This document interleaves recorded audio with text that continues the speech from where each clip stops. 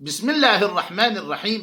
اللہم صل علی سیدنا محمد بقدر حبک فیہ وزدنا یا مولانا حبا فیہ۔ آج کی حدیث، ظہر المؤمن حما الا بحقہ، مسلمان کی پیٹھ محفوظ ہے مگر یہ کہ حقوق اللہ اور حقوق العباد میں سے کسی وجہ سے اس پر مارا جا سکتا ہے۔ امام طبرانی الکبیر میں حضرت عصمت ابن مالک انصاری رضی اللہ عنہ سے اس حدیث کے راوی ہیں۔ دیکھیے کہ کسی مسلمان کو مارنا اور اس کو ایذا دینا بغیر کسی حق کے، جیسے اس پر حد نافذ ہو یا اسے تعزیر دی جائے یا تأدیباً ادب سکھانے کے لیے مارنے کے علاوہ اس کو ایذا دینا حرام ہے اور گناہ کبیرہ ہے۔ اب یہ دیکھنا ہے کہ کس کو یہ حق حاصل ہے کہ وہ مسلمان کو ادب سکھاتے ہوئے مار سکتا ہے اور اس کی تأدیب کر سکتا ہے۔ تو دیکھیے کہ پہلا حق تو عام حق کی وجہ سے، یہ حق امیر المؤمنین یا اس کے نائب قاضی جیسے جج یا تھانے دار وغیرہ کو حق حاصل ہے کہ وہ کسی مسلمان کو تأدیب کے لیے ادب سکھانے کے لیے،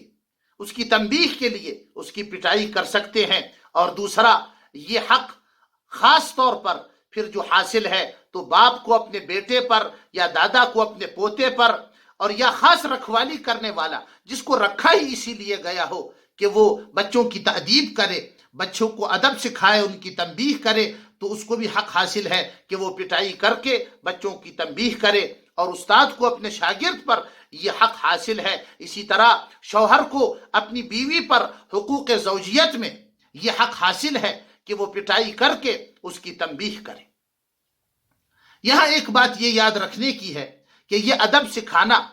شوہر کا اپنی بیوی کو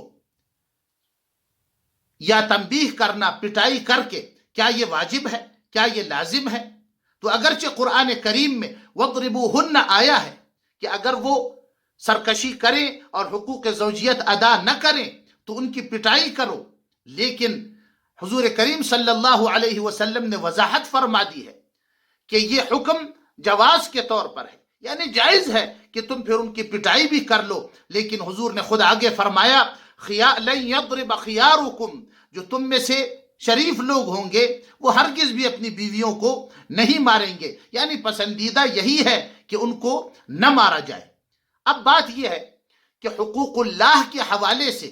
اگر کوئی کمزوری دیکھی جائے اہل و عیال میں تو پھر تو دیکھیے حدیث شریف میں آیا ہے کہ جس نے برائی دیکھی فَلْيُغَيِّرْهُ بِيَدِهِ، تو اس کو پہلے تو اپنے ہاتھ سے بدلے، یعنی جس وقت کوئی گناہ میں مبتلا پایا اپنے اہل و عیال میں سے تو سب سے بہتر تو یہ ہے کہ بس اس کو ہاتھ سے روکا جائے۔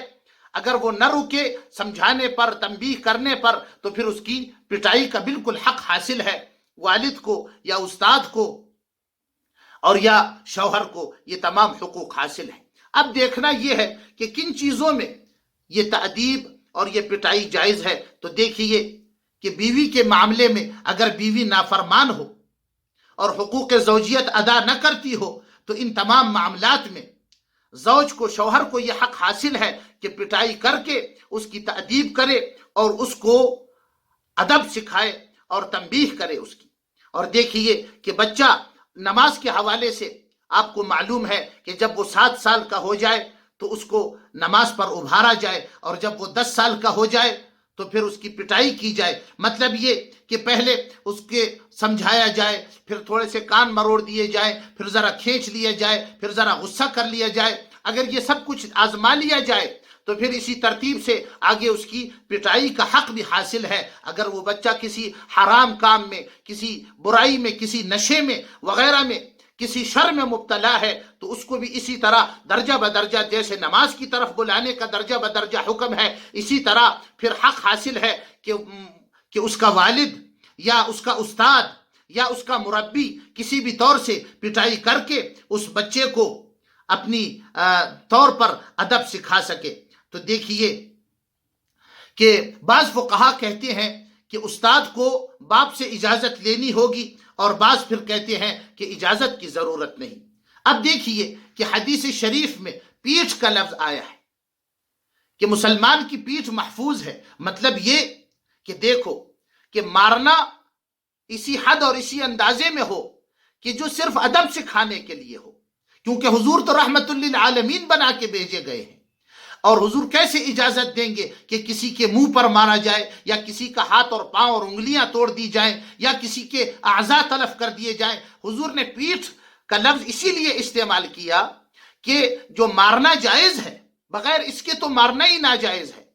جب جو جائز مارنا ہے وہ اس اندازے سے ہو کہ جہاں بدن پر گوشت پایا جائے تو اسی بدن کے اسی حصے کو نشانہ بنایا جائے اور اسی حصے پر ضرب لگائی جائے اور اسی حصے کو جو ہے پٹائی کا نشانہ بنایا جائے۔ تو دیکھیے حضرات کرام، حضرت عمر رضی اللہ عنہ کا درہ تو بڑا مشہور ہے، جو آپ تأدیب کے لیے استعمال فرمایا کرتے تھے۔ ایک آدمی ایک مرتبہ اپنی بکری کو ذبح کرنے کھینچ رہا تھا اور ساتھ میں چاقو بھی تیز کر رہا تھا۔ حضرت عمر رضی اللہ تعالی عنہ نے ایک درہ اس کو رسید کیا اور کہا، کیا تم اس کی روح کو ایذا پہنچاتے ہو؟ کیا تم اس سے پہلے یہ چاقو تیز نہیں کر سکتے تھے؟ تو دیکھیے کہ حدیث شریف سے ہمیں یہ معلوم ہوا کہ کسی مسلمان کو ایذا دینا اور اس کو تنگ کرنا یا اس کی پٹائی کرنا یہ حرام و ناجائز ہے،